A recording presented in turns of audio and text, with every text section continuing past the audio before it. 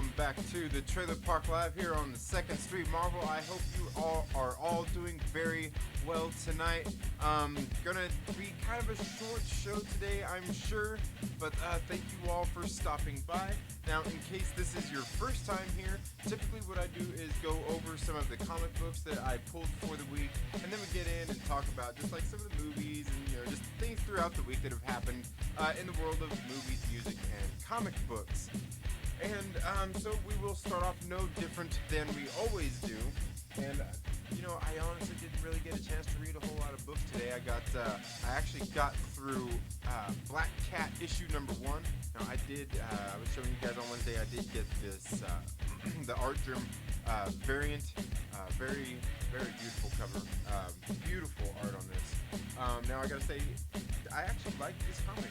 I thought it was really well written. There were three different stories in this book. Actually, there was just like the main story, the introduction, basically issue 1, and then there is a small, like, I don't know, it's maybe about a 3 or 4 page little short story with Black Cat, and she's going meeting up with some kittens, and it looks more like a children's story. And I'm not sure if this is something that they are going to do in like another series, or if they're going to toss it in like the superhero adventures. That's one of the books that they do for kids. I think they put out about one of those a month. And so I'm not sure if maybe they're going to toss that in there, but it was just, she was out on a little heist, and there's a bunch of kitties there helping her rob stuff from this jewelry store. I thought it was kind of funny. And then there was a third story that was an introduction, I guess you could say, or like kind of an introduction to a particular character that actually shows up in the main story of the Black Cat of issue number 1.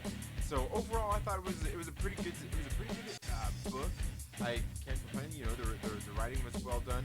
The art now there was all three of the books had like the first and third story were both written by Jed McKay. The artists were different in both of those stories, however. Now the art in the first one, I thought it was pretty good. Now just there's a bunch of varying art in there.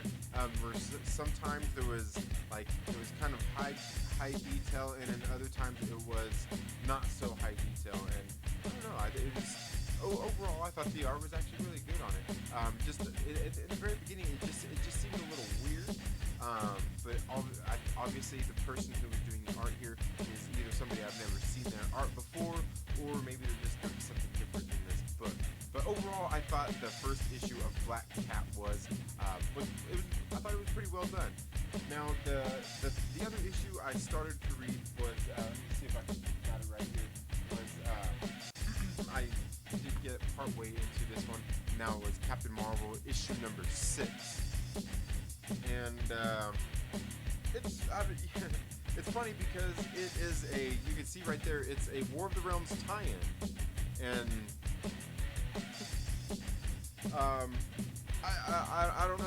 I don't know how to explain it. This is just weird to me. This is just weird to me because all of a sudden, out of nowhere, like, we got Captain Marvel, like this book dropping into the War of the Realms. Like, I don't know. It just seems a little bit odd, because I mean Captain Marvel has been taken in the War of the Realms, but then like all of a sudden the tie-in, it just seems a little out there. Just like I seen Marvel's getting ready to do Superior Octopus, Superior Spider-Man, in which case is Doc Ock in Superior Spider-Man's body. They are actually getting ready to have a War of the Realms tie-in for that as well. And if you've seen just kind of all the things that have been going on in these comic books, like individually, and then the way they're tying into War of the Realms, it just kind of it's throwing me off. I'm kind of like, where does this come out of nowhere? Because if you've been following the first 5 issues of Captain Marvel, and like all of a sudden, like where they were, what was going on in those books, and then now all of a sudden, like War of the Realms, and I don't know. I honestly don't know what to say, because like I said in my Wednesday video, was the War of the Realms itself has been a little, I don't know, it's been a little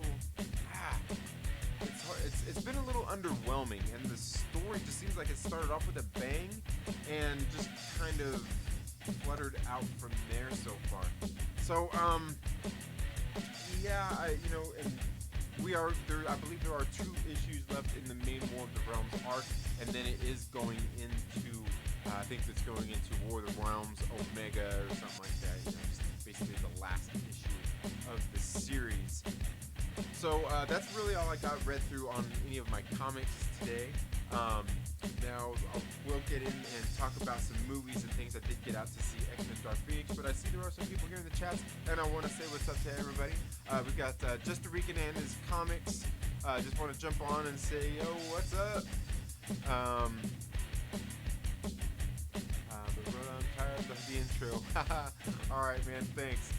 Need some sleep. Alright, man, yeah, I understand. I realize you're clear out there on the west, or on the east coast. I'm on the west coast. You're clear out there on the east coast, so I understand that 8 o'clock my time is, what is that, 12 o'clock? It's midnight where you're at, brother. Yeah, get your rest, man.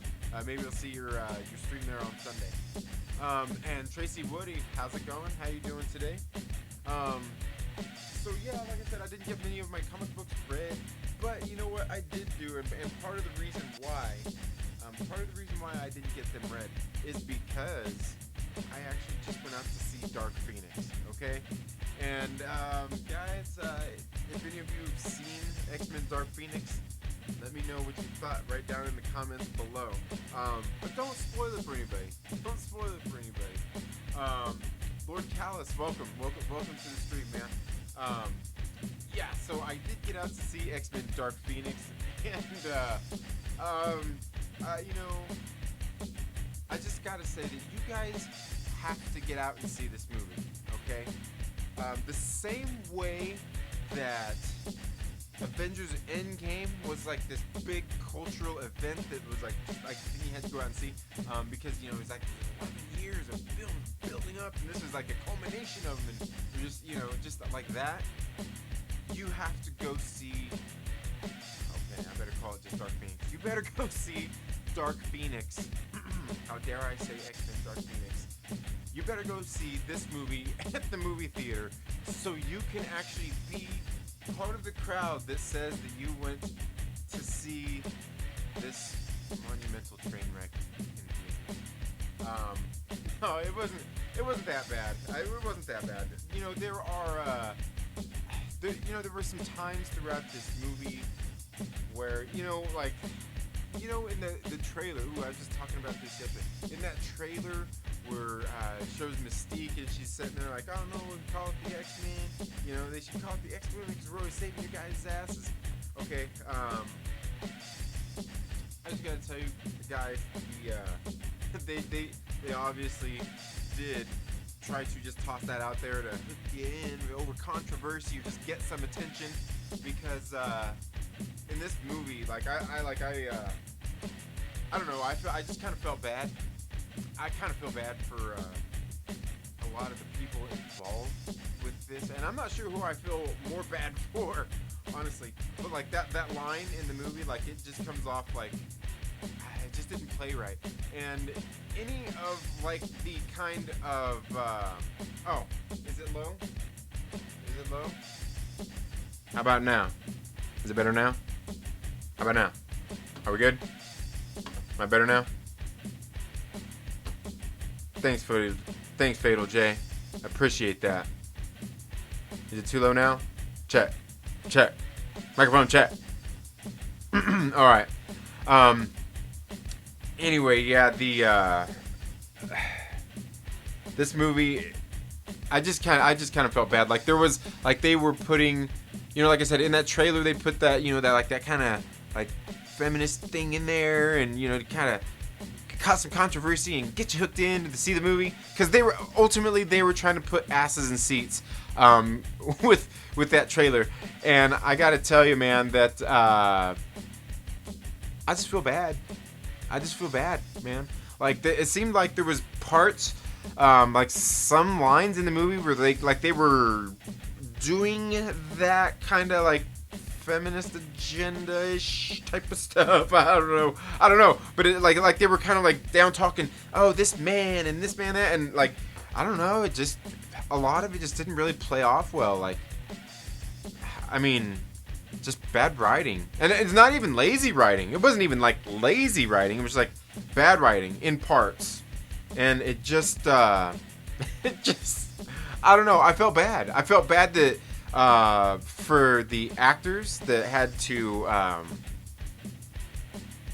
go out and do this, because you could see throughout a lot of the movie, some of it, like, you could see that a lot of it was chopped up. Like, they probably did a lot of takes, or just a lot of the performances. And out of these actors that were in this movie, like Michael Fassbender, we all know Michael Fassbender is freaking, dude, he's like a great Magneto.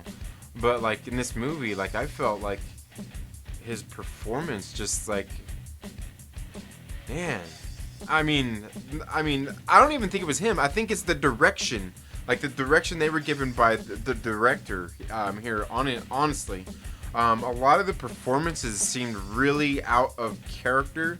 Not even just like these characters the way they were written, but like the actors themselves seemed like they weren't really into it. It seemed, like a lot of people were saying about Jennifer Lawrence in the trailers and everything, like, oh, she just phoned in this performance. It just looks all, she just phoned it in. Yeah. Honestly, like a lot of the whole movie kind of seemed phoned in, really. A lot of the performances where they were going for dramatic effect felt really flat. There was no... it gives you no reason to be invested into these characters or to care about them. And but it seemed like the actors, and it seemed like they were trying to bring that. But it honestly didn't. It didn't play well on screen, or how they were doing it. And a lot of it too, I noticed, like the soundtrack, like the musical score, just going throughout the film, it didn't match the tone for what was going on in the movie. The whole, the score seemed off compared to what was going on screen. It just didn't translate well. Now, as far as the cinematics, there was a lot of things in this movie that could have been cool. There was just some of it, like, it seemed almost like they tried too hard, and some of it almost seemed comical in a way, like, like almost like cheesy, and like they were trying to be cheesy. And like just some of the action sequences just seemed really bad. Towards the end, there is a fight, almost like a Civil War kind of vibe. I mean, if you guys want me to ruin it, let me know down in the comments. Oh, before I continue any further with my review of it, let me go through the comments, get caught up on them, some of them before I get too far off here. And yeah, so yeah, let me just go ahead and get through them. Will Cal says, just checking in, bro. And thanks again for being here. Fatal J says, Mike is low as F. Alright. Lord Callis, what's up? Rican, what's up? We good, bro? Alright, Fatal J. Haven't heard anything good about it yet. Jeremy hated it. Angry Joe hated it. Even Black Nerd hated it. Lord Callis, it's good now. What up, Fatal J? Fatal J says, I think I was the only person who liked this movie. You know what, Fatal J? Actually, my friend that I went with to go see the movie, he said he liked it too. And that's fine. If it worked for him, hey, that's great. That's a great, more power to him. Like I said, it wasn't a complete train wreck. I just felt that there was times where it seemed like it had no direction. Like it was, like the pacing was off. Because the emotional pull that it was trying to get from us just didn't work. There is a death in the film that happens that is the exact same death out of one of the last X-Men universe Fox movies. It was like the exact same, and I was just like, wow, really? Like, You tried to pull a Logan in this movie and just do it in like a couple of minutes into the movie and get me to have that emotional pull to it. It did not work. It didn't work. It didn't work. But okay, so let me go ahead and get through here some more. I'm gonna take a review after this, Fatal. Yeah, and I'm gonna check that out too, Fatal J. I'm gonna check that out too. I want to see your thoughts on it. If you're saying that you liked it. Lord Cal's chilling, bro. Thanks for checking it out. It was a serious, dark movie. I think it tried to be. I don't know. Just a lot of the writing, and like I said, the writing wasn't even lazy. It wasn't even like lazy writing. It just seemed badly scripted. Like it seemed like maybe on paper that maybe these lines and this dialogue and this whole thing sounded good, but the way it translated to screen didn't translate too good. Almost like if they adapted a book or even a comic book straight to film just as it was in the comic book. In most cases, I can almost guarantee you it's just not going to play right, because there are things that you can do in books and in comic books that you cannot do on a movie screen. Plain and simple. There just is. And now a lot of movies pull it off good. They're good at getting those things across and pulling that stuff off. I just feel like this, it just like there was, I don't know where their budget went, because there were parts in the movie too where like the special effects and just everything that was going on, it like made me feel like I was like really like I was watching like a Showtime or Cinemax, maybe not even Cinemax, like a Showtime B-rate movie, like at like one of those ones they show at midnight. It's not even a Skinemax one. It's not like one where you're seeing boobies and stuff, man. It's like just like that, like it seemed like the production value was that of something that you get then. You know what? This actually just brings me back to something that I talked about a lot when I talked about the Aquaman movie, and that was like James Wan and what he'd done there with balancing the budget. Because you could see they spent a lot of money on the underwater sequences and made it look really good. And then when they did some of the sequences, like the fight sequences above ground with between Black Manta and Aquaman, just some of that stuff that was above ground, the production value was scaled back more. It was slightly, I would say it was above that of like network TV shows, maybe just below what they were doing on Netflix with like the Daredevil series and stuff like that. Just a hair bit below that. But it worked for the movie. I felt like here they just probably didn't balance their budget too good for like special effects and things, because there are some scenes with Storm where the special effects were just bad. They were just bad. People rag on Brett Ratner and X-Men 3, and man, I feel bad that Brett Ratner got ragged on so bad after watching this. And I feel bad that Simon Kinberg is probably going to get drugged through the mud for this as well. But I don't know that this was necessarily all his fault neither, even though he was the writer and director. It just, maybe he just had too much on his plate. A lot of it didn't play well. It just didn't play well. I don't know. Maybe it could have been, maybe it was the editing process. The series, if the Sonics are off, that will throw everything off. I don't know what that means. Second Street, do you think this movie is the worse than Apocalypse and Days of Future Past? Days of Future Past, it's been a while since I've seen that. That's one of the ones I don't own. I don't own Apocalypse, Days of Future Past, and I want to say there's one other one, but X-Men First Class. I don't own any of those on DVD. I actually been meaning to get them. I want to get them. The rest of them I just have on DVD, not like Blu-ray or anything, because I got them when they came out. Man, it's hard to say. Like, this movie looked like they really tried hard, but I mean, it looked like they just tried, and I don't. mean that in a bad way. I mean, it looks like they tried. It seems like a lot of it just monumentally failed. It seems like, I mean, and like I said, the movie's not complete garbage. I mean, there are some okay things about it, but overall,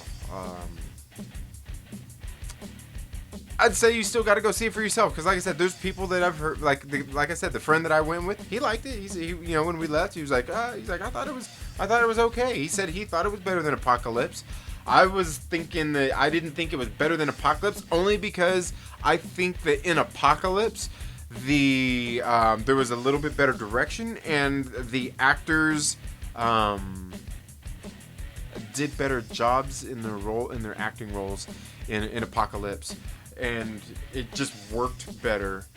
Now, however, I will say even in Apocalypse as compared to this movie, I still get the feeling like there's that kind of feeling like I don't really have I'm not invested in these characters, and I don't really care about them. Like, you haven't drawn me into the new Storm to get me to care about her, or even Jean Grey has just seemed I don't have really a reason to care. And throughout this whole movie, Ty Sheridan's performance, it just seemed bad, and I'm not sure that that's his fault. And I also wonder, just throughout the course of this movie, did they forget that a lot of the times that he had sunglasses and stuff to wear too, so he didn't have to wear them visors all the time? I don't know. The movie, like I said, it's not the worst movie I've ever seen, but you know what? I've got to say, I think it makes Daredevil look good. But I like Daredevil. You know, the Ben Affleck Daredevil. I like Daredevil. I mean, I'm not saying it's a good movie. I cannot say that Daredevil is a good movie. I did not say that. I just said I like Daredevil. There are some things about it that I like. There is. You know, I can't apologize for it. But I thought this movie made Daredevil look a lot better. Now, Elektra, I don't know, because I never seen it. Never seen it, but I heard some bad things about it, and I just never seen that one. Does it make Elektra look good or bad? I don't know. I don't know. But I think it does kind of redeem Daredevil. You're good, Colin Farrell. Hell, Will Ferrell for all I care.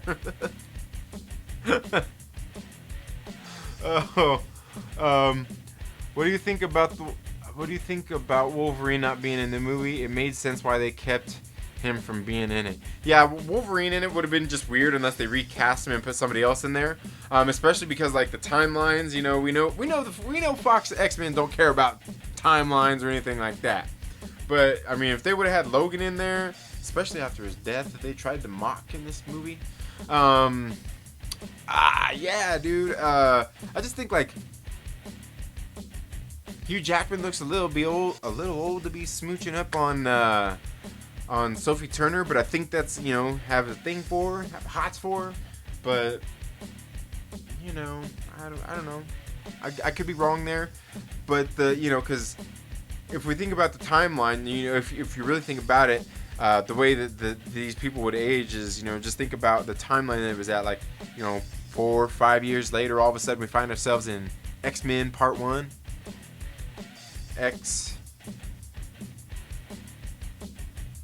X-Mutants. How about that? How about X-Mutants? Isn't that better? It sounds a little more inclusive, doesn't it? X-Mutants. Alright. So yeah, I think it definitely made sense why they didn't have Wolverine in it. Wolverine wasn't even. Yeah, that would have been bad.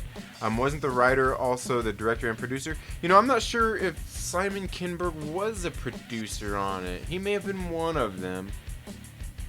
I didn't pay attention. I was honestly at that point I was feeling bad, and I was kind of laughing. There was like some parts, like I actually had to cover my mouth to keep myself from laughing. And not because the movie was bad, just the way that some of the I don't know. They tried. They did try. But there were some parts in this movie, like, I was seriously, like, I almost burst out laughing. There were some parts I almost burst out laughing. Yeah. I think so. Usually it's Bryan Singer directing these movies. Bryan Singer has directed most of these movies. He has directed most of the X Universe movies. Good or bad thing, it's hard to say. I mean, I think obviously X-Men did kind of. I mean, because Blade was out before that, and Blade was by no means. Those movies were great. You know, I like the Blade movies, but X-Men kind of started something that was a little bit different, and then eventually, you know, Sam Raimi's Spider-Man, then God, I believe like Dark Knight and stuff, and all. Well, not Dark Knight, but Batman Begins. God, what was that? That was like 2001, 2002. And I actually, you know, honestly, out of all those movies, Batman Begins is probably one of my favorites. But but Bryan Singer is in trouble for some pedo stuff. Yeah, well, he's not necessarily. Like, he was there, but then, you know, through pulling some, I'm not even gonna say it, but yeah, he was like somehow out of it. Maybe he paid him off. I don't know. Apparently he's doing all right. All right enough. Hell, I mean, look at Bohemian Rhapsody.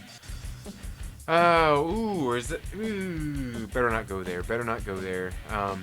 They need to keep James McAvoy and Michael Fassbender for the Marvel X-Men. You know what? Honestly, after seeing this movie and their performances in it, and how you can see they tried to bring it, and it seemed that even with these two actors, like, it just seemed, man, it felt horribly fat. I don't know if they want to come back.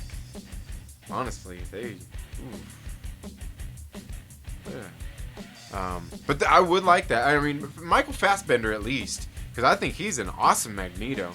Now, I think McAvoy is probably replaceable as Charles Xavier, only because I think he could probably be great somewhere else in the MCU. Honestly, and actually, so could Fassbender. To be honest with you, so could Fassbender. Kyle Carter, ouch. I'm not sure what part you're saying ouch to, Kyle Carter, and welcome Kyle Carter to the live stream. Thank you for checking it out. Yeah, I'm not sure which part you're talking about, but man, it was like I said, this movie wasn't complete garbage. Like I said, I mean, they really did try, and there were some scenes where you could, I mean, I was starting to think, okay, but like it just. I don't know, at some of those times when those scenes were getting there, I think that's when the musical score was kind of in the way of it. And because there was a couple of scenes where I was starting to think like, oh, it's, but then the musical score just kind of didn't match what was going on. And it brought me back out of the movie, out of what was going on. So a lot of it, like, I think a lot of it was timing. A lot of it is timing. And there was... I'm not sure. There's this scene, and you know what? I gotta say, thank them for doing this. They took Quicksilver out pretty early, you know. Maybe they did him justice because they didn't kill him like they did in the other movie, but at least they kind of took him out of the movie, and he, yeah. But there's this scene where he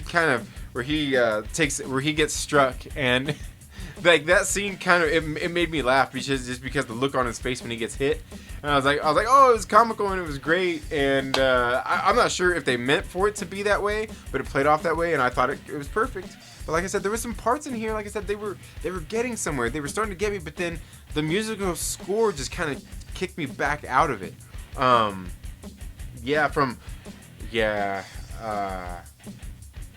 I said, I've seen worse movies, so like I said, you know, I think honestly maybe they should have probably tried to go in a little more cheesy direction for this movie, and it almost seems like they tried to at points. It almost seems like they tried to. Ben Affleck Daredevil, not that is something something horrible. You know what, Ben Affleck Daredevil isn't that horrible. Okay, it's pretty horrible. Ben Affleck Daredevil is horrible, but you know, there are certainly some things I like about the movie. There are certainly some things I like about the Daredevil movie.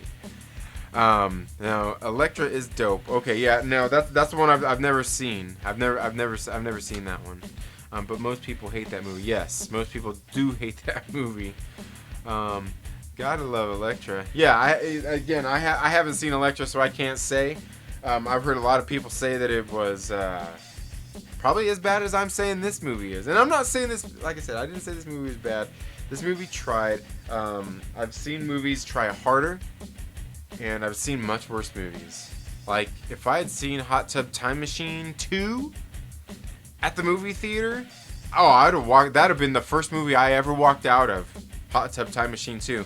If I saw that thing at the movie theater, you bet your ass I would have got right up and walked out of that movie theater. And believe me, everybody in that movie, I like. As like Craig Robinson, he's great. What's his name? Rob Corduroy, who's the bald guy, who's the Motley Crue guy. Yeah, he's awesome. That movie, like, I got like 10 minutes into that movie, I fell asleep the first time, and then I tried to watch it again the next day, and I watched 10 minutes of it, and I was like, I can't do this.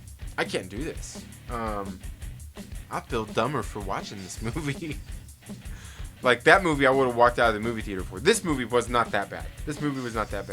Like I said, there are parts where it was kind of getting, like, it was kind of building up, and I was kind of starting to get excited, and then, like I said, musical score takes me out, or something else just happens. Some of the dialogue, like I said, I think a lot of it too is like the writing. Like I said, it's not lazy writing, it's just like the dialogue. It may have looked good on paper, but by the time they got it on screen, translated on screen, it didn't play out well. Chris, what's up, man? CJ, what's up, my brother? I'm debating on going to see this movie. Should I waste my money on this one?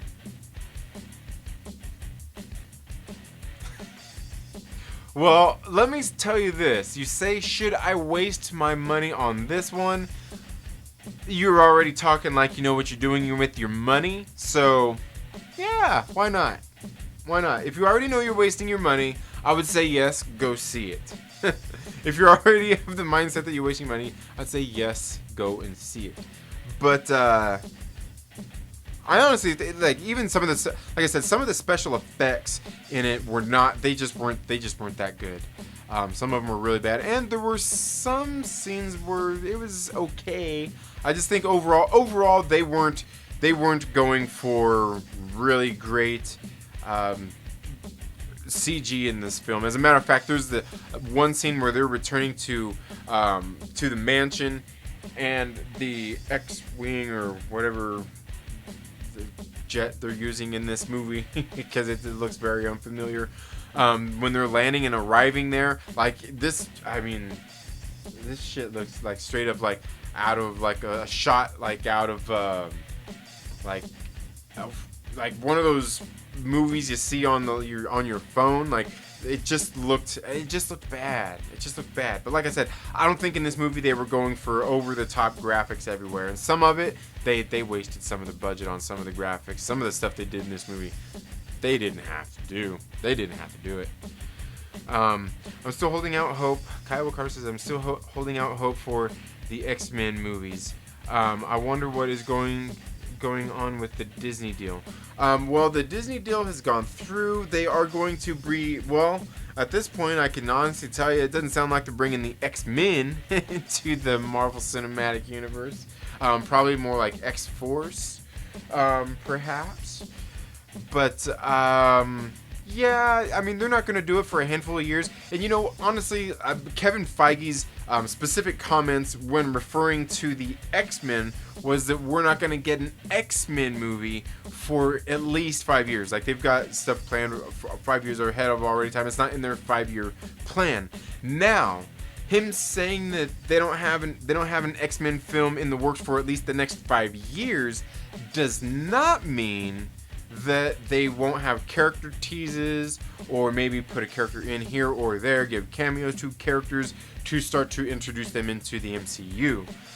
He did not answer that question, because that's not what he was asked. He was asked specifically about X-Men. And, you know, I mean, since we've got to split hairs here, we might as well go so far as to split those hairs as far as an X-Men movie is concerned, it might be a while. But we could get some of those characters sprinkled into the Marvel Cinematic Universe. And honestly, I think that is probably the best way to go about it. The same way they did like with Black Panther, putting him into Civil War. Same with Spider-Man, putting them in there to just kind of give you a little taste of the character before they go off into their own movies. So, like I said, they didn't put... he just said they're not bringing the X-Men in within the next an X-Men movie in the next 5 years. So they'll probably get stuff in development, be kicking things around. You know, they had ideas already being kicked around, but they couldn't do anything with them officially. They probably had ideas of what they wanted to do though. So, but I do think that we will probably get characters from the X universe, mutants essentially, tied into the MCU, into some of these movies at some point, and then eventually working up to the X-Men. I mean, I honestly see no reason they wouldn't build an X-Men movie up the same way they did an Avengers movie, by doing individual characters. And in those same, obviously, you know, when you're doing a movie with mutants, you are going to get more than one mutant in there, so they can work on introducing some of these smaller characters before they introduce, like, you know, the bigger, more marquee names, before they can do the full X-Men movie where they have a bigger X universe of mutants built up. Because, like, the one thing I've said for a long time is that I feel whether they are on Magneto's side, the Brotherhood of the Mutants, like, if they're on that side, all those people are on that team for a specific reason and not with Charles Xavier. Some of them went from Xavier to Magneto, and, you know, so some of the people have switched sides, and that's the thing, is all of these characters, every single one of them, in most cases, has a compelling story for why, and I think that's something they need to flesh out before they get like a full-on X-Men movie anyway. So I think we actually need to get introduced to some of these characters, so we begin to learn and understand who they are and care about them before they go in and do that. Because, like, maybe the first X-Men movie, is where Charles Xavier and Eric Lencher start to get at odds. I'm just throwing that out there. Just could be. I don't know. I'm not for sure. Just my speculation. Bro, it's okay. Just say it was bad. Yeah, it was bad. It was bad. It was bad. Like I said, there was some things, like, they tried to, they tried, man. I'll give them that they tried, but a lot of it is just, it's just so many things. It's just so many things. But the thing I will tell you is, going into this movie and coming out of this movie, I didn't have a whole lot of expectations for it, and I didn't walk out of this movie disappointed. Okay, I didn't walk out of it disappointed. So I'll give you that. That I didn't walk out disappointed. But like I said, it's because I had no expectations for this movie. It just seemed like a lot of stuff poorly executed, and even like their costumes, the costumes they were wearing. Man, I've got to say, I thought they were pretty atrocious. They just looked bad. Not even that they looked ridiculous or looked cheap or anything like that. I mean, they just looked bad. They look like stuff that I could make. Like, literally, I could make. I've got, well, just a second here. I've got, a Spider-Man outfit I made. See? Yeah.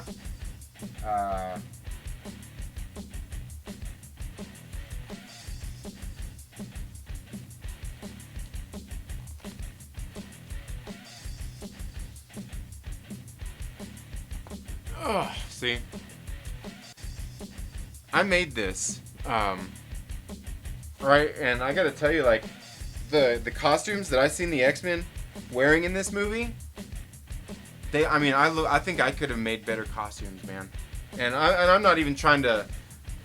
And I'm telling you, this Spider-Man suit it's not even the best looking in the world neither. It was my first attempt at doing something like that. I did have my mother helped me do some of the sewing. She did a lot of the basic pattern, but a lot of the detail work I went in and had to redo some of the stitching and things like that. But let me tell you, the costumes they had in this movie. I'm not. Like I said, this is not. You know, I think I could have done better.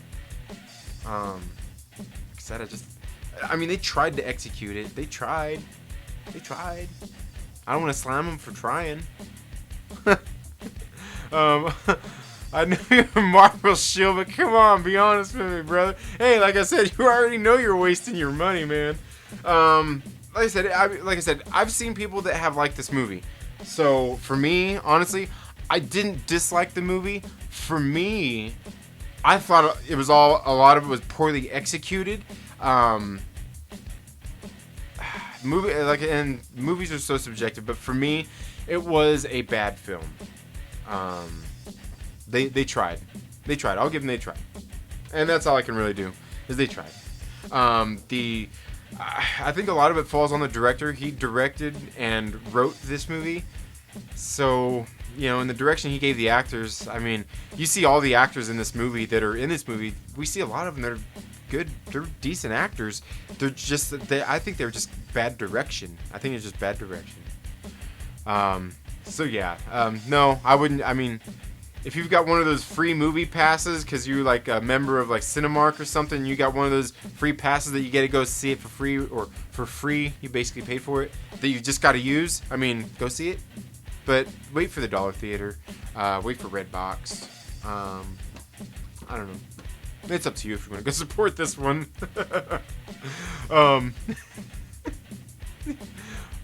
Okay. Let's see, where are we at here? Marvel Shield. That's funny too, man. The only thing that was random in this movie was the blonde chick. Yeah. Oh man, and that's you know what, Jessica Chastain, man. I love Jessica Chastain. And what'd you guys do with Jessica Chastain in this movie? Jessica Chastain, I feel bad for you. Michael Fassbender, I feel bad for you, man. I feel bad. I just feel bad for you. Vincent Chafin says, "What's up?" Oh no, he sent this one. He sent the "I love you." I love you too, man. I love you too. Cue Ball, Dark Phoenix was good. To heck, whatever bad you already said.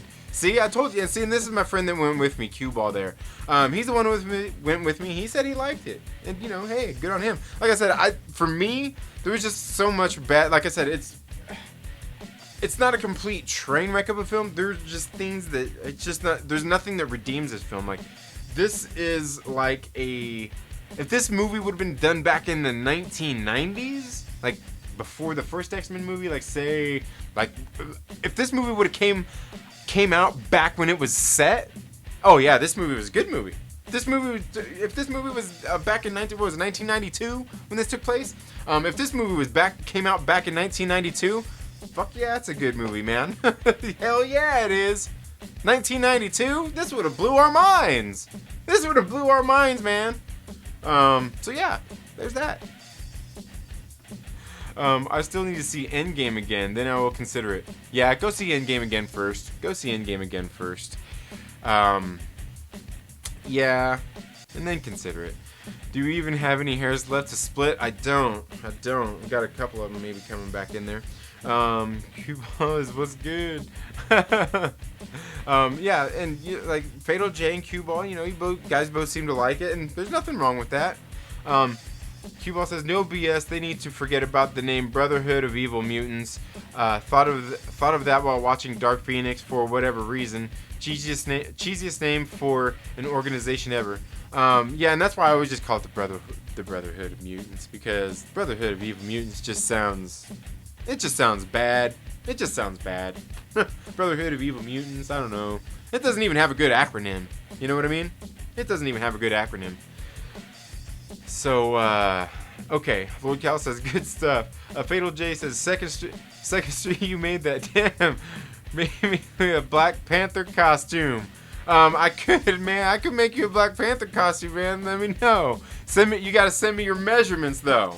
And you gotta remember, it's gonna be spandex. Are you comfortable in some spandex? I'll make you one. We'll have to get some green screen, and well, you could probably come up with some bootleg green screen, huh, bro? Fatal Jake gonna have like he gonna go get a bunch of poster boards and hang them up. and be like, hey man, it's my green screen. Hey, you know what? Fuck it, if that works. If that works. No, but seriously, I could make you a Black Panther costume. I actually thought about making a Black Panther one. I actually made my son a Winter Soldier jacket for Christmas. Or not Christmas, for Halloween, a few years ago, and I had like a metal looking arm on it, and yeah, made it for him for Christmas. Nah, fuck it, he'll dress up as Winter Soldier on Christmas, damn it. I'll do it. Do you wear that at night and pretend to fight crime?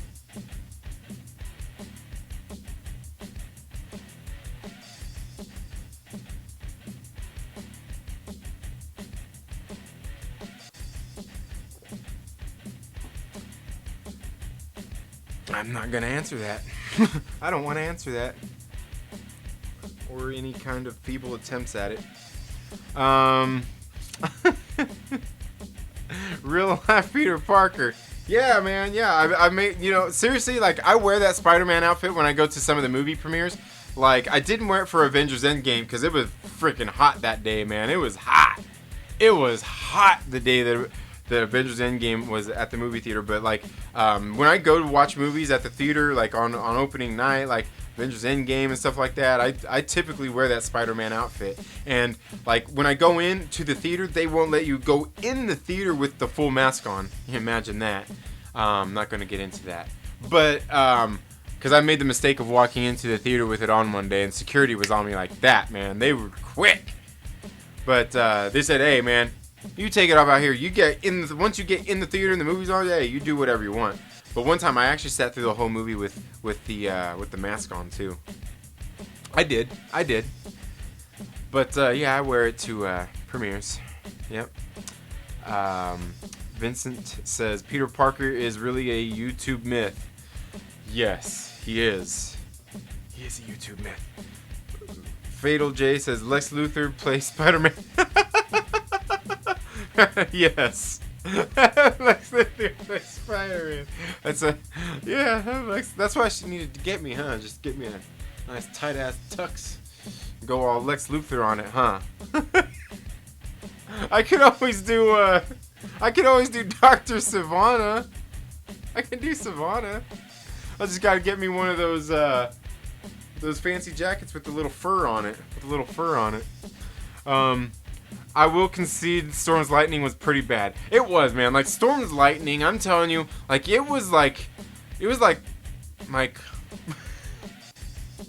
Storm's Lightning, like, that was like, porno spoof, bad. That was like porno spoof special effects bad. Like, you know what? Here's something right here. My buddy Ryan over at Nerdy Blurb TV, I guarantee you, he's the guy who done the intro that I use here on my videos. I guarantee you he could have done better graphics for Storm than they did on that movie. And I'm not even playing around here. I am not being mean. I am not kidding, and I am not churching Ryan's skills up here whatsoever. My friend Ryan over at Nerdy Blurb TV legit could have done a better job with Storm's Lightning in that movie than they did.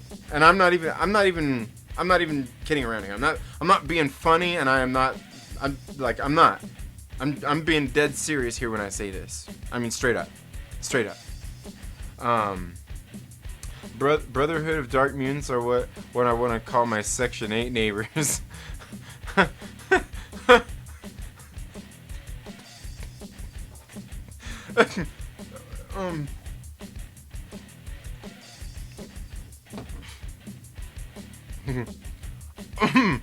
Only by recent standards, though. It's not that bad. Just not as good as it could be. Yeah, you know, like, some of them, like, there was, like, parts where, like, they were, like, supposed to be, like, lightning coming out of her hands, I guess, but it looked like it was, like, I don't know where it looked like it was coming from. It looked like it just kind of appeared on the screen. I don't know. I don't know. Kyle Carter says, who do you think should be a potential villain after Thanos? I honestly think it should be Galactus. I think it should be Galactus. I don't know, though. God, after Thanos, it's really hard to say. You know what's funny is I was actually watching a video earlier today, and somebody was actually posing that because of what happened with 2014 Thanos, would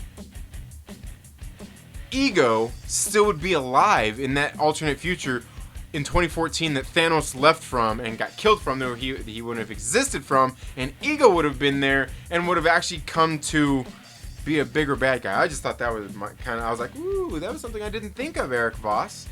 That was a good one, but was it even him that came up with that, or maybe it might have been somebody on Reddit? But I was like, interesting. But the next big villain after Thanos, that's a good one, because, I mean, Galactus would be a good one.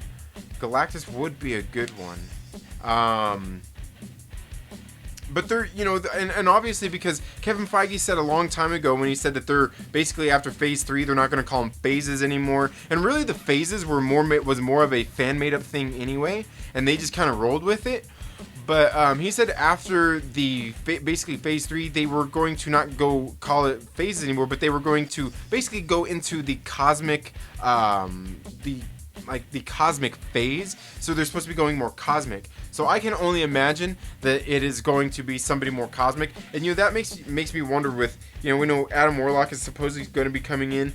When he comes in through Guardians of the Galaxy, more than likely, I'm guessing he's probably going to come in as a villain if he was being brought into the world by Aisha there. So I'm guessing he's supposed to come in and be a bad guy, and then maybe he's going to turn into a good guy. But let's not also forget that brings in the Magus, which is basically, isn't the Magus like his evil alternate ego or something? And I could be wrong there. I honestly don't know. I read some comic books, but I'm not completely well versed. I'm not like a comic book authority here on this.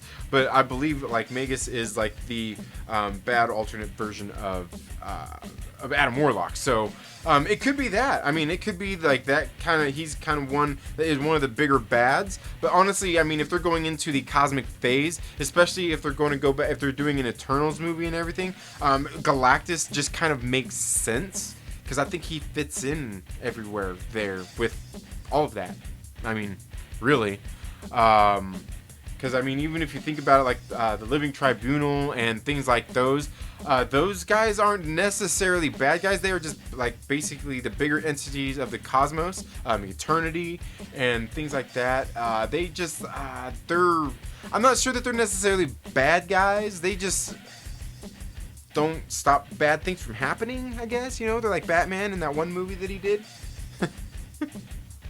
But yeah, I think Galactus would be a good one for them to do. It would be. Daddy Pants, welcome to the live stream. Thanks for being here. Thanks for checking us checking out the Trailer Park Live today. Lord Callis says, "What's up, Daddy Pants?" Bootleg J, what's up, brother? Lord, Bootleg J. Like I said, man, Fatal J's gonna bring on the green screen with the poster boards, man. Don't worry, I've just got a piece of cloth. That's all I got. I just use a piece of cloth, so it's not like that's any better than poster boards, right? Fatal J says, "Daddy Pants, what's up, bro? Everyone pissed about bad Star Wars movies and bad Marvel movies. Remember my hashtag. Support the bootlegs." I'm on your level, bro. I ain't paying for that garbage either.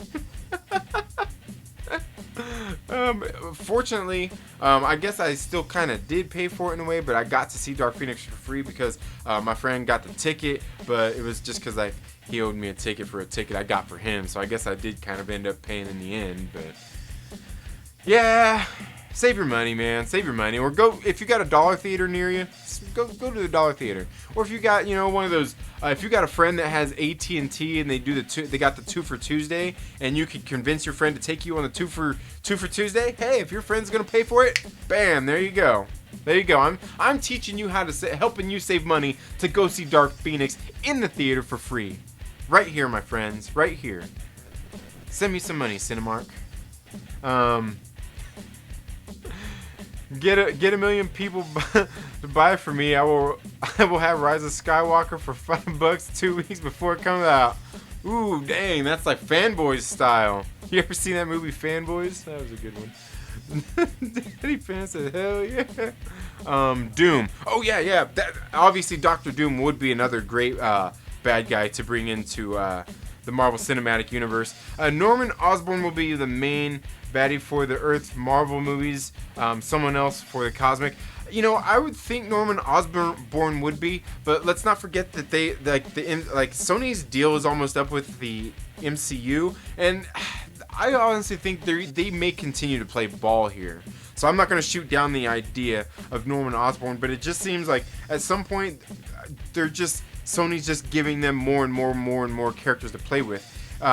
Bringing up, people were talking lately about Sony wanting to bring Venom in to the Marvel Cinematic Universe, which, I don't think any of us are really opposed to all of them just coming together, but at some point, I mean, yeah, they are going to get heavy together, having all of these characters together, but in the end, if everybody's just willing to play ball to make all these movies happen, it just makes it that much easier, because then really you don't have to rush anything, and the other studios could actually get involved and help with the production.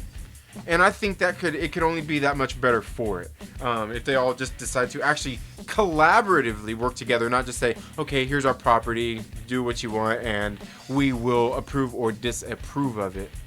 So, I mean, I think, but as far as, like, I don't know, I just feel like Sony is just kind of saying, okay, like, here's, we just get our distribution rights and stuff by continuing to let them do that. I don't know, I don't know, it's just hard to say how long they're going to continue to play ball or want to, or if they're just going to, like I said, concede, basically let them make everything as long as they still get their distribution rights. So, yeah, it's hard to say. It's not going cosmic, it's going lesbian. No hate, just saying Captain Marvel is going to kick things off with Valkyrie from Thor. They will be dating. Yeah, I don't know. And you know what's funny? You know what's funny is I remember a lot of people saying that Avengers Endgame, they were seeing in that scene where Captain Marvel is there, where Carol Danvers is there talking to Rhodey before she leaves when they're having that meeting with Natasha. She turns and looks at Rhodey and says, good luck. And just kind of looks at him and turns away. Some people were actually saying like, oh, it looks like they're having, she's kind of looking at him like, hey, like they had something going on, And I'm like, because they did do that in the comic books. Like, they had a relationship in the comic books. And, matter of fact, they still do. I mean, I could pull the comic book out for you right now and show you where she's actually there kissing Rhodey in the comic book right now as issue 5. But, in the Captain Marvel current series. But, I didn't get that in the movie. I didn't get in Endgame where it looked like she was turning to him saying, good luck. Like she was like, had any kind of romantic involvement with him. I didn't think it did. But, however, the timing of everything, according to when Carol Danvers would have been in the Air Force and when Rhodey would have been going into the Air Force, they would have actually been in the Air Force at the same time. Around the same time. There. Just saying. In the late 80s, because Tony Stark would have graduated high school in 1988, 89, and he was really good friends with Rhodey, and we don't know if they were actually high school buddies or what, but it seemed like Rhodey was a little bit older than Tony Stark anyway, but not by much. So,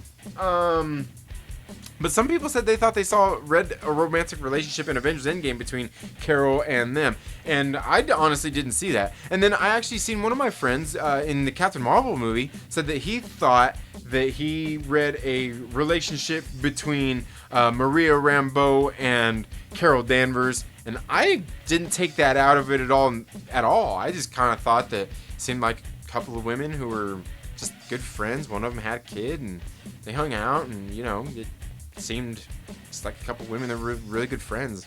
To me, I didn't think it seemed like they were having a relationship. Even in that scene where they were in Maria's house in the little cabin and they were talking and she was talking about their past, being best friends, and she's like, oh, like you don't remember everything, and she kind of got choked up and seemed to, like really hurt by it. Even in that scene, because one of my friends was saying that he thought it felt like they were going there, like they had a relationship there in that scene, and honestly, to me, I didn't think it played that way at all. But, I mean, that could be just me. Let me know what you think about that. But with the Valkyrie thing, I don't know. That's hard to say either. I mean, I don't know that they're...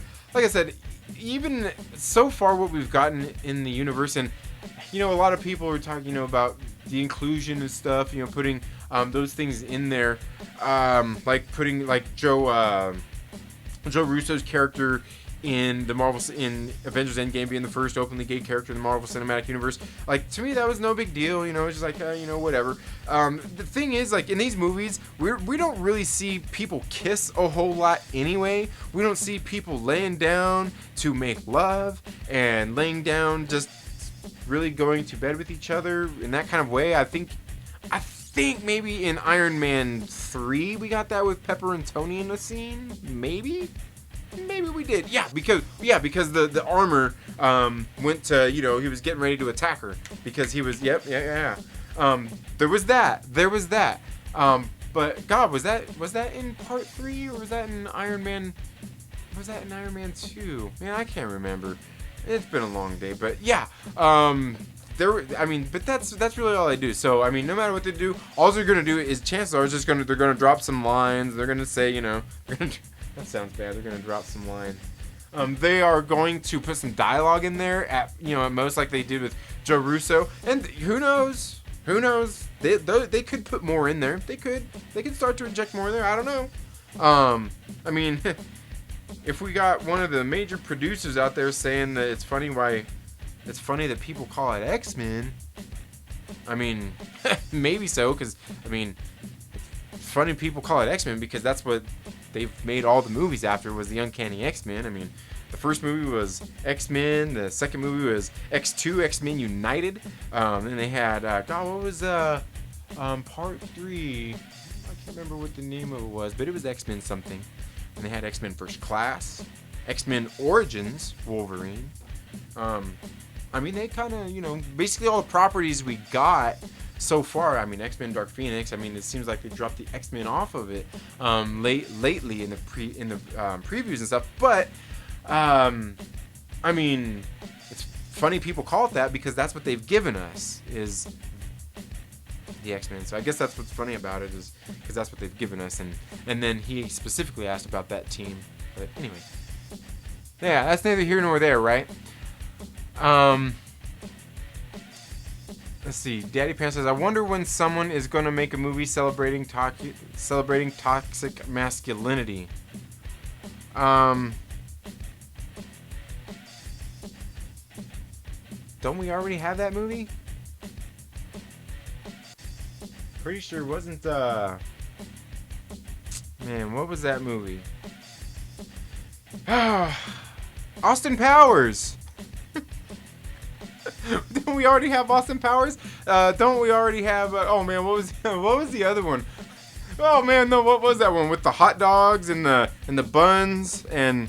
Oh man, what the hell was that one with Seth Rogen and all that stuff? Oh man, that one was hot. What was it? Sausage Party. That was it. Sausage Party. That was the movie right there, man. That's probably the last one we're ever gonna get. Enjoy it.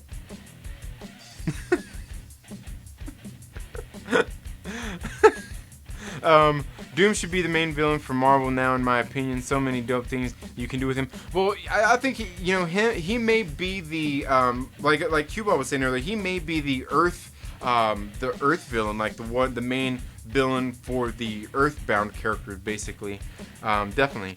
If a Black movie Widow is in the works, I think Taskmaster would be perfect. Oh yeah. Taskmaster. I mean, Taskmaster should be in a Black Widow movie, if you ask me. And that would be great. And I'm hoping this Black Widow movie is great. And I forgot to get on and see what names are attached to this, like directors and stuff. But I hope it's good. And in case you guys don't already know, if you guys haven't been here and checked out my channel and seen some of the things I've talked about, watched some of my past videos, go back and watch my Black Widow review. I'm actually going to do another one here soon, over the full series. But seriously, and I've talked about this before, Black Widow, the current Black Widow series that just happened, there was a 5-issue run done by Jen and Sylvia Soska, the Soska sisters, the Twisted Twins. These ladies are phenomenal, man. They wrote, I'm telling you, Black Widow, that series is probably the best comic I myself have personally ever read. Just like with the story and everything like that, the art, I thought the art and everything was great. And like I said, I haven't read like a whole bunch of stuff, but I'm telling you, it's definitely my favorite comic book that I've ever read. I'm telling you, it's just great. The Black Widow series was absolutely great. Freaking love Black Widow. Fucking Widow Warriors for life. I'm going there. Yeah. Black Widow. A comic book starring a woman. I love it. It was a great book. I'm telling you. Jen and Sylvia Saska did just a great job writing that book. Great job. Go out and buy it. It's getting ready to come out on trade paperback in July, and you should get out and buy it. Or you could just not wait, and you could get out to your local comic shop and go pick up all 5 issues. But you know what? I hope they don't have all 5 issues, because I genuinely hope they are sold out of them, because they should be. Should be. Okay, Keanu Reeves and David Harbour are 2 A-list stars coming to the MCU. We get a few more A-listers. Marvel will go on for the next 20 years. And it's hard to say. They may just have small roles in the MCU, but that still works because they're still drawing in some of those bigger good star power. Keanu Reeves is a great one because we need somebody like a Keanu Reeves in there. You know, I don't think there's anybody is there anybody out there who could say something bad about Keanu Reeves? I mean, if you got something bad to say about Keanu Reeves, please leave it down in the comments below. I'd like to see that. I want to see somebody say something bad about Keanu Reeves. I'm issuing a challenge right now. Let me see something bad about Keanu Reeves. Just okay. Besides one of his movies that he was in may have not been so great, because that's not really about Keanu Reeves. Okay. Daddy Pan says, "Hey Trinity, right? Yes, I am Trinity. If these movie makers listen to the fans, they'll make bank. Deadpool is a good example."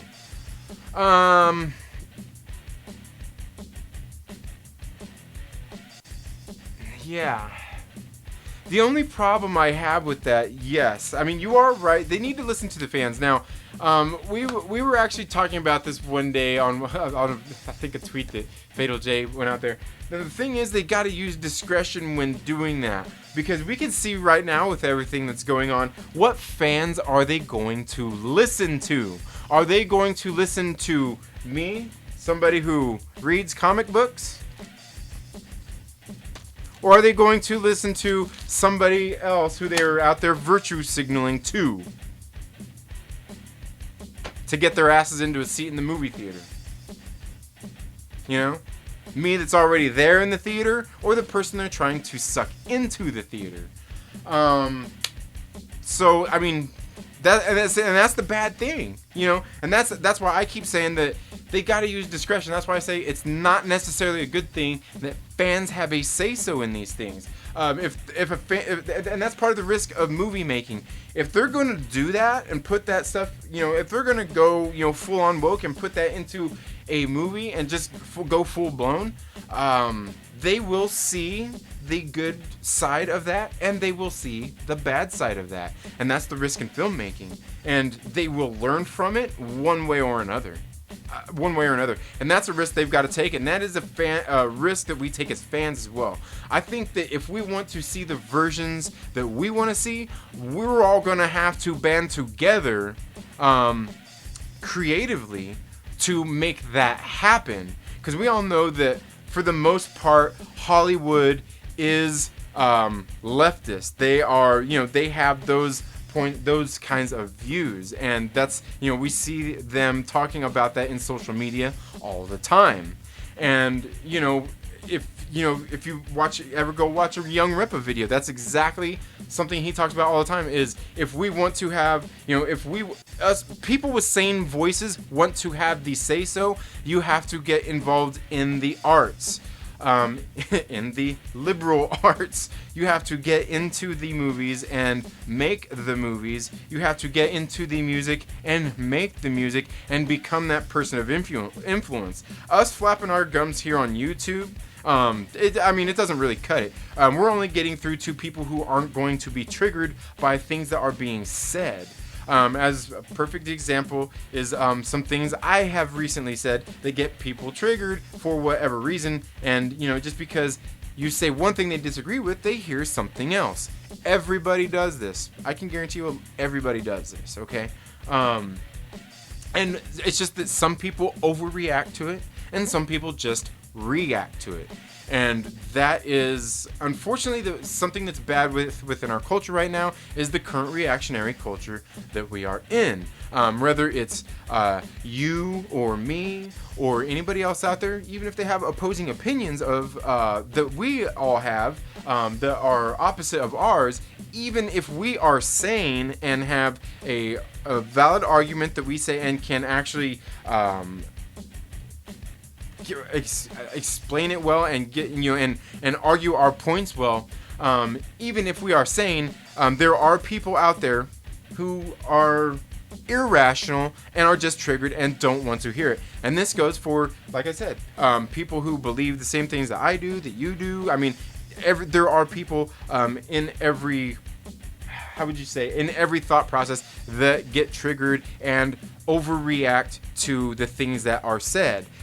Case in point, I mean, there are people I have seen that have overreacted to things, just in the wrong way. I mean, like, you don't have to go that way. It's easier to get through to people if you don't act irrationally. Now, sometimes you can't. I mean, the crowd, the insane crowd that you're going against, they're irrational anyway. So, I mean, why even have to go even give them the pleasure of getting a rise out of you to even oppose what they're saying? Because we already know that they just listen to themselves when it comes to it. So you don't even have to argue with that person. It's pointless. I mean, unless you just want to entertain yourself. Honestly, unless you just want to entertain yourself. And that's something that's a perfectly honestly good thing too. If you want to do it to entertain yourself and to see how far the rabbit hole goes of stupidity, go right ahead, because honestly, it can be entertaining. We've all seen it play out times. We've sat there and watched it and been like, oh my god, really? Like, this is like the absolute absurdity. We've all seen it.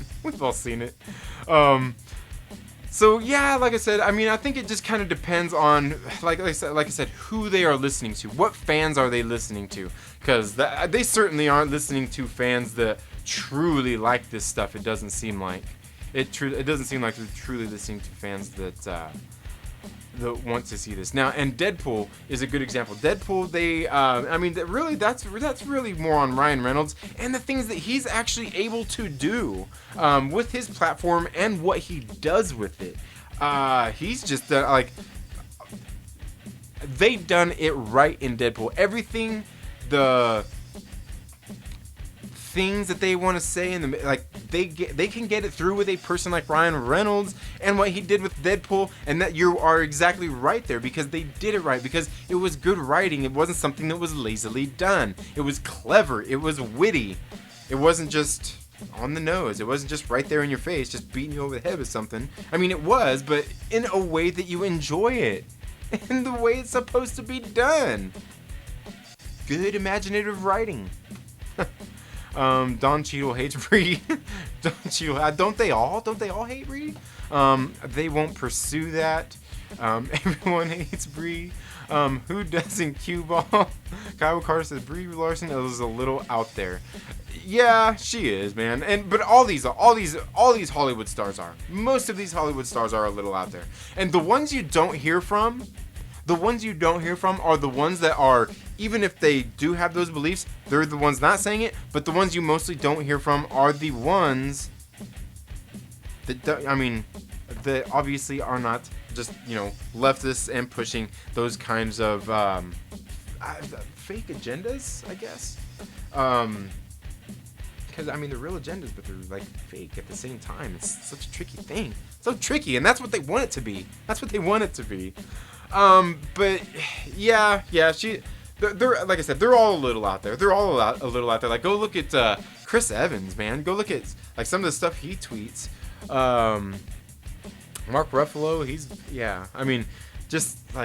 and I get it. You got a platform, you want to use it. You do what you want to do.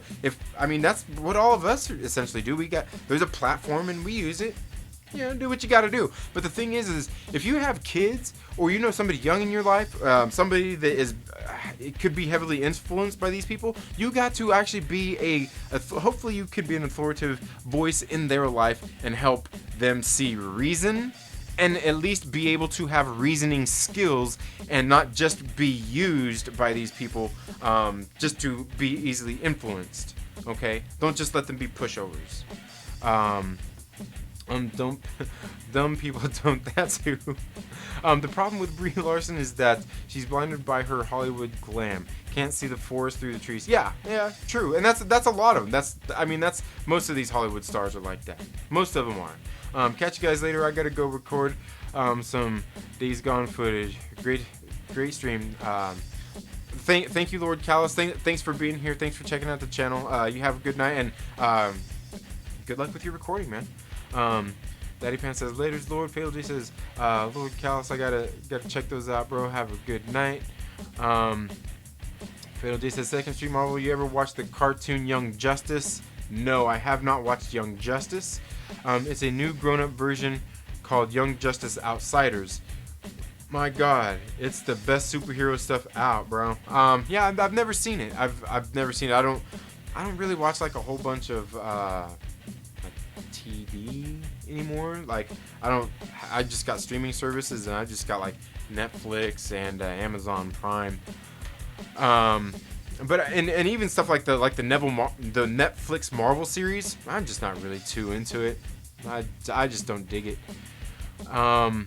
Some people don't seem to be happy with Robert Pattinson being cast as Batman. Yeah, a whole lot of people are upset about Robert Pattinson being cast as Batman, but me, I said just give him a chance, man. A lot of people typecast the guy. Some people have seen work of his beyond that. They just don't like him, and that's fair too. I just say give it a chance, give it a chance. But if you don't want to give it a chance, just don't go. Don't go to the movies. Nobody's forcing you. You don't have to.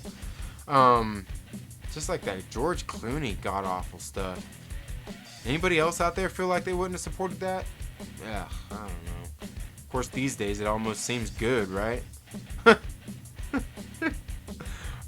He's got greasy hair. Who? Oh, Robert Pattinson? Yeah, I don't know. Sparkly Batman. You took down the Winter Soldier poster. No, it's the Winter Soldier poster. It's yeah, I did because I've been moving some of my posters around, just kind of moving everything around, and I just haven't got around to moving some of these other posters yet. I think I'm going to be setting up another spot as well. Unsubscribed. Unsubscribed. Man, what's with all the retracted messages today, everybody? Oh, come on.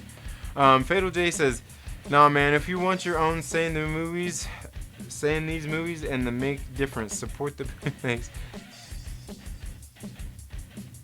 If you want your own say in these movies and make a difference. Yeah, now the thing is, like I said, these Hollywood types aren't going to listen to you. They don't listen to you. They're not going to care. Like I said, Kevin Feige has managed to keep a tight ship so far. We can see those, like I said, those recent comments I talked about yesterday. We can see that maybe the boat's getting a little heavy, and maybe he just can't keep it all reeled in anymore. So I mean, because when it comes down to it, they don't care what you think. They already got your money. They already got your money. They don't care at this point. They want to get somebody else's money. And then once you stop giving them yours, by that point the other person has probably already jumped ship too, and they are going to be wondering what happened. But by that point, somebody will have already made a good video game movie, and they will be chasing down the money there. So, I mean, maybe they're on the brink of it with this Tom Holland being announced for Uncharted thing, if that's even true. Ripa does have good videos. He does speak about some pretty interesting topics. Yeah, and the topics in general, like that he covers, have been interesting. And just the way he covers them, he's very good at breaking things down and just giving it to you straight. I hope one day that I could actually be close to that good, because he's very good at getting his points across. The language that he uses and everything, like, you could, I mean, he doesn't just come off as just some dumbass out there, you know what I mean? He just doesn't do that. I've seen other people who come up with some good points, they just cannot intricate themselves well enough to make an argument sound good. So he's definitely good. I mean, he knows his stuff. He knows what he's talking about. Fatal J, I'm going to be like V or V for Vendetta, but on a mask and give you out for a free bootleg movie 2 weeks before they come out in theaters. You're gonna be out there with he's gonna be out there with his double bootleg DVDs like he was with the Size and shit. Fatal J. It depends on how you ask the opinion. If you put it out there like a Sonic trailer, or listen to the fans of Deadpool, the R rating. Yeah, you know, I'm not sure that the fans actually helped make that decision on the R rating. I think maybe Ryan Reynolds was just smart and knew. I think we all know that Ryan Reynolds went out and poured his heart into that project to make that happen. And I think that he's ultimately the one that pulled for it because he knew that for fans it was the right thing to do. So I don't think that was anything that they listened to the fans about at all. I think that was actually Ryan Reynolds knew what the fans wanted and knew that he could get what he wanted and knew that they could make this movie with the budget that they made it with. Because it was a somewhat big budget, but it was like a pretty low budget film for for these kind of movies. And like the Sonic trailer thing, I mean, that was smart for them to listen to fans there because they got to listen to fans in that case because they've got to pull everything out of the hat they can to get asses into seats for that movie because that's like a movie even I'm not even the slightest bit interested in going to see that. It doesn't matter how good that movie looked. They'd probably have more luck pulling me into a full animated feature-length movie than doing like a live-action Sonic movie if they wanted to listen to fans. But that's me. That's this one fan right here. And I'm not a fan of Sonic anyway, so that would be that. Tracy says, I never overreact. Daddy Pants, the fans quickly got on the Sonic trailer. Well, I think aside from that the fans let it be known also, they probably had feedback from test audiences in the first place, and they probably felt that they had enough time and enough budget to be able to pull that off and do it. For the most part. The Sonic director realized he said, I effed up, the directors are too cocky to listen. Yeah, I don't know. I think that depends. That all kind of depends, honestly. Daddy Pants, I can't convey my point in text, unfortunately, but I know what you mean as far as what fans to listen to. Good point. And I think I do know. I mean, yeah, and I understand what you mean, Daddy Pants. I mean, putting all that. That's the unfortunate thing, and that's really the unfortunate thing about having to type things to text anyway, especially in this day and age, is that a lot of people, when they read something in text, they want to read like, are you joking? Are you serious? Are you being sarcastic? Because you can't read that in text unless you are actually typing in there like, yes, I am being sarcastic and these kinds of things. Like me, when I read text, I take the text to mean that somebody is actually just talking seriously, unless I can tell they are joking. If they attach like, because even if they attach like a smiley face to it or an LOL or something, it just, I mean, you're just saying something and LOLing. I don't know, like, are you laughing at what you said? Are you laughing at what you're saying in retort to me and laughing at me? Are you laughing at like yourself? Like, it's hard to say. So I know what you mean there. And like I said, it depends. It really depends on what fans they're gonna listen to. Yeah, because we can see obviously that they're not always listening to the right fan base. They're definitely not always listening to the right fan base. JPQ Stevens, hi, I'm new here. I saw you on a John Campia stream and decided to check you out. Oh, well, welcome, JPQ Stevens. Yeah, I get on the John Campea streams, and occasionally I'll even send in some super chats in there to kind of, that's almost kind of like an advertising thing when you send in a good question with a couple bucks and they actually read it there on air. I don't know, it's kind of, maybe, because I actually sent one in one day. There was a really good question, and they actually went on about it for a few minutes. I was like, oh, wow, like, I thought it was a pretty good question, but he went on a little bit about it. But to me, that's just a little something I do for some advertising. I guess in a way, it's a little way advertising for the channel here. Hopefully get people like yourself to come in here and click and check me out and see what you think about the channel. And thanks for checking out the channel, JPQ Stevens. Fatal J, Major X. You like Rob Liefeld? Honestly, the Major X, I think that's the first thing that I know, that I consciously know that I've read by Rob Liefeld. But I have liked the Major X series so far. Daddy Pants, at least they're deleting it. Oh no, deleting what? What'd they delete? It says, nah, Keanu got greasy hair. Something bad about Keanu. He's got greasy hair. But but at least he combs his hair. Do you remember back in those days, man? Yeah, that was it. Robert Pattinson was one of those guys. Robert Pattinson and Kristen Stewart. It seems like after those vampire movies, like I said, I never watched those movies, but I remember seeing like the ads for those movies and seeing, just like the trailers, and then seeing like the pictures of them like in the magazines and stuff. Like, I always used to think, like, man, do these people have a comb? Take a comb to your hair, man. Who goes out in freaking public with their hair just like looking like a freaking tornado just hit it? I remember I used to think that about these people. Like, comb your hair, man. Comb it. Just comb it. Just comb it.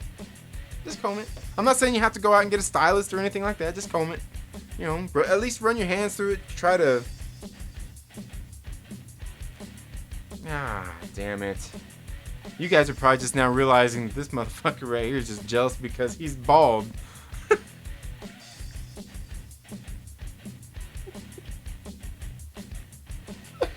Oh, yeah. Okay. Fatal J says, Daddy Pants, you see John Wick 3? Oh, John Wick 3 was great. Keanu was beating those guys' butts so bad in that intro scene. Oh, I know, that intro scene was great. I almost wanted to stop. It was too much. Daddy Pants says, at Kiowa, and the fans will wait. Take the time and gladly pay for quality. Yeah, and that's what I say. I mean, at some point, people are just going to have to get out into the limelight to get more into these influential mediums like movies, music, sports is obviously a big one. People with sane voices, not just these nut jobs out there trying to make a quick buck and get you to like their Facebook page and just milk it for all it's worth. Because unfortunately that's what a lot of them doing. And not that any of them don't have good intentions. I think they probably all have good intentions. But even my mom said when I was growing up the whole time, the path to hell is paved with good intentions. And you can look into that whatever way you want. Daddy Pan says, Jay, not yet. No bootlegs out yet. Kyle Carter says, I think there was a rumor that Zac Efron was going to play Adam Warlock. Yeah, there's been a lot of rumors out with those. It's and I'm not really one that really cares about casting so much. I'm not like really into fan casting. I just hope that whoever they get to fill these roles does a good job in the role. That's ultimately all I'm worried about, is if they come into the role and do a good job, at least portraying the character. Just like like I said, Chris Evans, he's one of these Hollywood people who's crazy, with his politics and all that stuff. But I think he's done a great job embodying that character in these movies. I think he has. I think let's see. Daddy Pants, tweet this stream out. I was gonna say I tweeted it earlier, but I'm not really anybody. I've got a few followers over there. Apparently caught the attention of a few people this morning or yesterday with my video I did yesterday and my tweet about it. That made for a funny morning. That was kind of entertaining. At least you ain't gotta worry about a comb, right? But man, I'm telling you, Dollar Shave Club saving me, dude. Because you know how much them freaking Gillettes cost, bro. You gotta keeping this stuff shaved like this, man. Like my hair, like the spots where I'm not bald, man. I'm telling you, it grows in fast, bro. Like it grows in fast. Like if it wasn't going bald here, dude, I would have long hair, like probably like down to my ass if I could still grow hair right here. I'm like serious. I would straight the fuck up have like long ass hair. I would. I'm a headbanger, dude. I love metal music. I love thrash music. Yeah, I'd have some long ass hair. If I could grow it. Straight up. Jason Momoa ain't got nothing on me. If I could grow hair right here, anyway.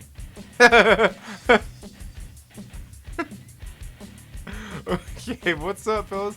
Chino Comics and More. Welcome to the stream, Chino Comics and More. I'm probably not sure how much longer I'm gonna be on for here. Gonna want to finish reading some comics before the day. I probably won't be too active this weekend. If some of you are doing live streams, I think LB Lonely Banter was going to be doing a live stream tomorrow. I want to see if I get a chance to hop onto that. I'm gonna be out of town doing some things with the family, going out to have a good weekend. So hopefully I'll be able to catch out any of the live streams that you guys are doing this weekend. Hopefully I'll at least be able to get on my phone and check some of those out. Daddy Pants says, "What's up, Chino? Daddy Pants." Just showing some love and gaining some knowledge. I don't know if there's much knowledge to be gained here from me, unless you want some nerdy knowledge about some comic books, maybe. But maybe a little bit there. A little bit. Like I said, I'm no professional when it comes to comic books. But I have been a longtime fan of movies and music my whole life, which is, like I said, in this day and age is sometimes sad. Just because of the things that the things going on with it, due to these mediums. Kyle Carter, true. As long as the movie is written well and done right, I'm happy for it. Yes, and it has to be written well and done right. Yeah. Yeah. It definitely has to be written well. And like I said, I was talking about Dark Phoenix earlier. It just was not written well. And I won't even say it was lazy writing. It wasn't lazy writing. It's like they tried, but it just, like I said, it may have looked good on paper, but it didn't translate well to screen at all. But it does need to be done right, because like I said, if it's written well and done right, that's really all it takes. Look at the movie Friday, okay? The movie Friday, that movie was done on like almost like a zero budget, you know what I mean? Like these days you could go make a movie like Friday like yourself with your iPhone, you know what I mean? But that movie was story driven, it was character driven, and the people who were in that movie doing and portraying those characters did everything they could. They brought their A game, bringing that movie to life. It was well written and done right. They didn't need a big budget to do that movie. So yeah, in the end, yes. It's the same thing. It translates to these types of movies as well. Daddy Pants says mosh pits are the boss. Yeah, man, for sure. Mudvayne. I never was big on Mudvayne, and as a matter of fact, god dang, wasn't it Mudvayne? Yeah, Mudvayne done something in a show one time that I was never really big into their music anyway, but what they did at this one show that I went to, I was like, you know what, that's not cool, dude. I honestly, I just can't. At that point, I just tuned out, and I could not support them as artists. It was bad, but they did to another band that they were playing with live, and somebody that is definitely, I would say by all accounts, was a more well-known band, like a bigger band. Just at the time, I would say maybe Mudvayne was in a little bit more of a heyday. APC. I'm probably missing who that's supposed to be. Tool. In Flames. Tell me about it. I'm a metalhead too. Well, I listen to everything. I listen to a lot of stuff, but I am definitely more of a metalhead. Probably more so like thrash music and some hardcore. I would say, like Pantera. Pantera was one of my favorite bands. Honestly, dude, like straight up, I love Pantera. But then so was Anthrax. Anthrax has been one of my favorite bands for longer than Pantera ever was. So yeah, there's that. The good thing about knowledge and perspective is that you can learn from others' point of view of how they see things and what they like and why. Yes. Yes. And honestly, speaking on that is exactly why, there was, I did a video yesterday, and I tweeted about it, and there were some people who took issue to my video and were taking things I said. Obviously, we know these people, obviously somebody with a name like SJW Mega Man is somebody that can't be reasoned with. And believe me, I didn't try to reason with them, but I did have some fun with them. And, they take everything out of context and just blowing stuff up. And for me, and eventually this person, just goes, they're just outraged for whatever reason because they can't read and comprehend the things that are said. And, naturally, what do? They block you, right? They block you. Okay, I get it. But like me, I don't block people. I don't block people because I want to hear your point of view. I want to hear it so I can take it into consideration. Yes, I am saying that even these people who are insanely, they're just out of their minds, you can't reason with them. Yes, I do listen to their opinions, and I do take them into consideration. I am not saying what consideration I take them into, and, yeah. But let me tell you, I do take them into consideration, and I do want to hear their opinions. I think it is actually crucial that I do hear them. So yeah, and that's just me because, and like I said, even in my stream that I did yesterday, I'm not like a reactionary person. I just don't tend to overreact in ways when people say things. When I just don't get triggered by things that people say, in a tweet, in a comment here. I just choose not to because in most cases you probably don't know me, and anything you could say, there's nothing that you could really say about me personally to attack me enough that I can give that kind of reaction. Somebody the other day said, in a comment just came right out. Their first response was name calling, and I was like, ooh, wow, cool, there you go. I know what you're trying to you're just gonna your first response to me, you don't even know who I am, is you're gonna just start name calling me, and I already know right off the bat, I can't let myself, I just can't get triggered and respond in that way to you because I already know who I'm dealing with here. If you just come right out the gate name calling, I probably shouldn't even be listening to you. I've done the same thing with some of my friends on Facebook that I haven't seen for years, and we're sitting there all of a sudden on Facebook. They just start calling me names and shit, and I'm just like,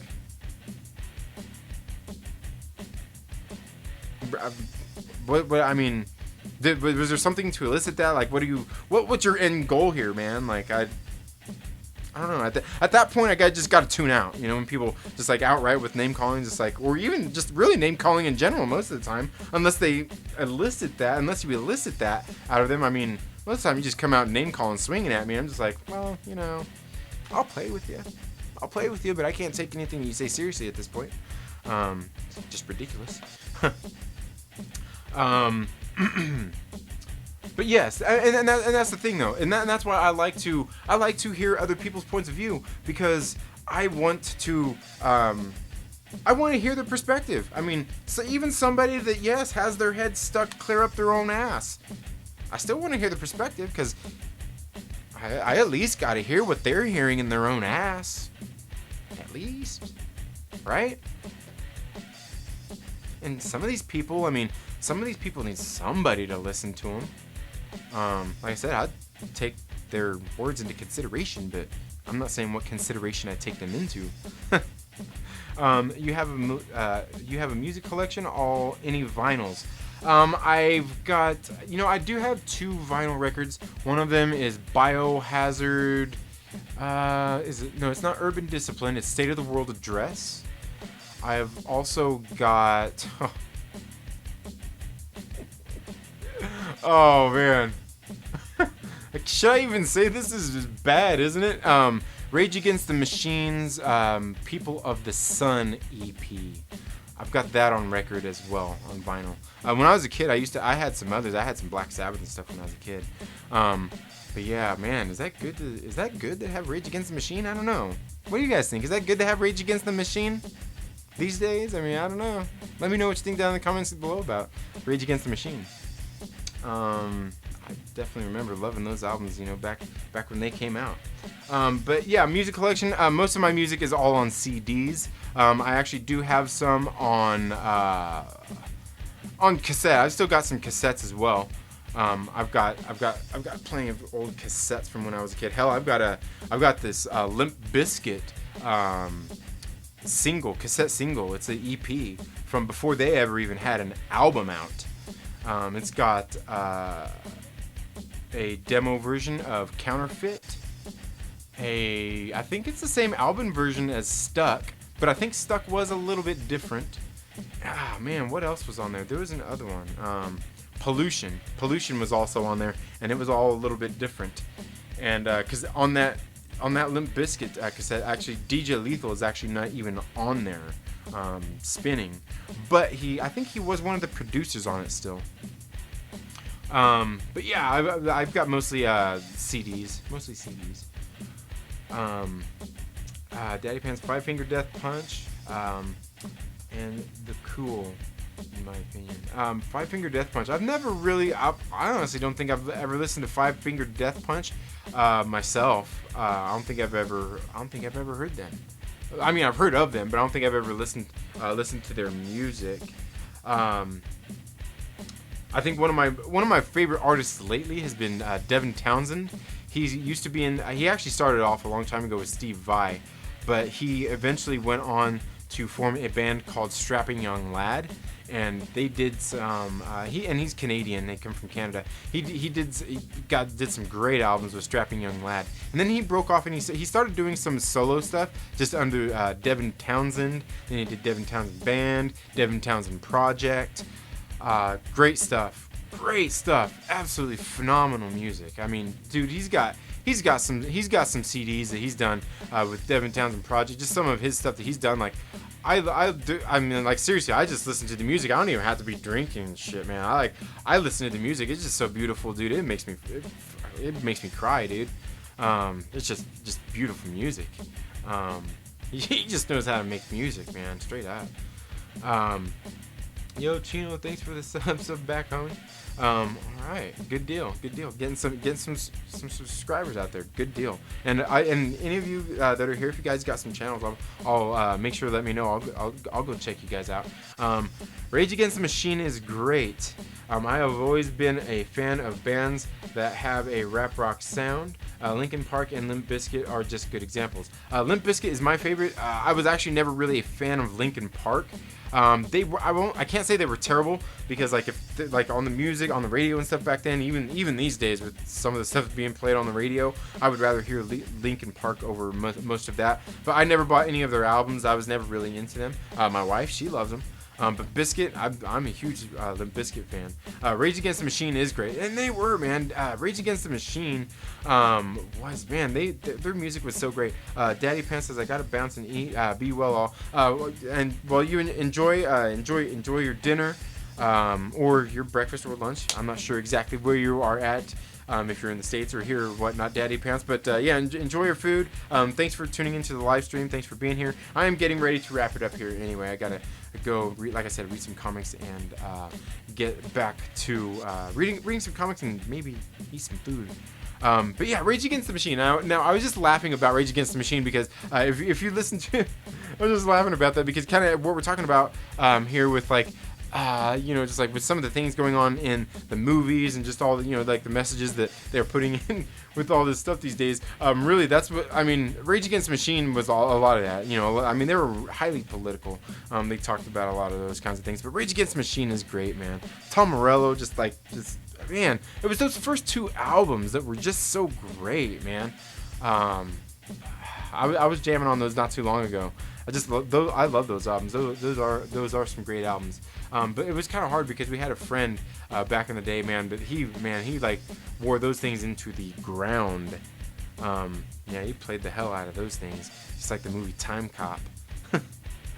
But anyway, yeah, that's all I've got for this video today, folks, for the Trailer Park Live. Thank you all for tuning into the Trailer Park Live tonight. If you're not already, please make sure you subscribe, click the little bell so you get notifications and all that good stuff. You know, I am going to be announcing a new giveaway soon. As soon as we hit 300 subscribers, I'll have like a free giveaway we'll do for something. But anyway, you guys have a great rest of your night. Have a great weekend. I'll see you all in a video soon. If you guys are doing any live streams, let me know. I've got my notifications turned on for most of you. We'll see you all. Have a great night. And if you get out and see Dark Phoenix, good luck, man. Good luck. Have a good one. Later.